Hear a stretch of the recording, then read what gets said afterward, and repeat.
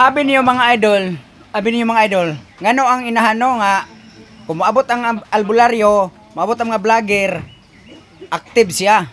Pero kung moabot ang mga pulis, maglikay-likay siya mga idol. Ngano? Explain ako sa inyo ha. Ang albularyo, perminti pabor sa iya ha. Kay engkanto man ang pasanginlan. Muna diha, engkanto ang pasanginlan. Ang mga vlogger, active siya kay ang mga vlogger gud uban diha kay wa pa magyud na ka-explain sila nga insakto. Ang mga vlogger po nagsunod-sunod man po na sa albularyo katong kakuan bitaw katong kanang unong kabuk manok. Pasensya na dula ako lang na kuan na di man na siya pagdaot nga ako lang po na gisubay.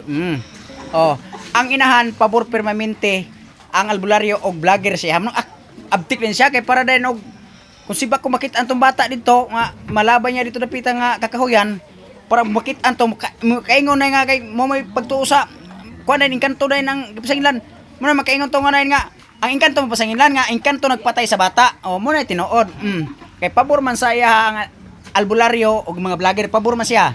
Kay engkanto man gyud na pasangilan ato nga panahon na.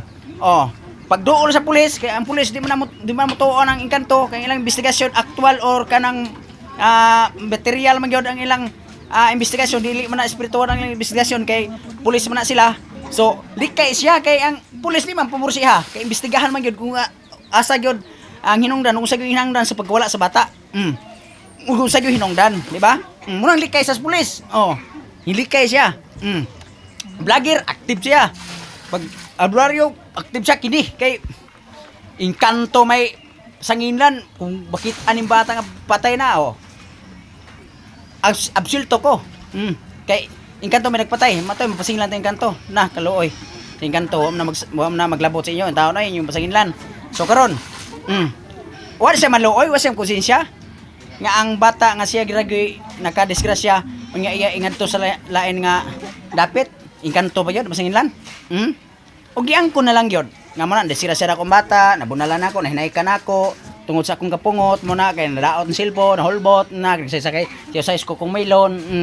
Og giangko na lang yun niya para pod ang pulis po ang mag-imbestiga among balaod maluoy pa niya. Himuan og pamaagi nga nganong kuan man na disgrasya wa nimo tuyo papasaylo pa siya ya karon kay sa mana na matud-an man gyud siya.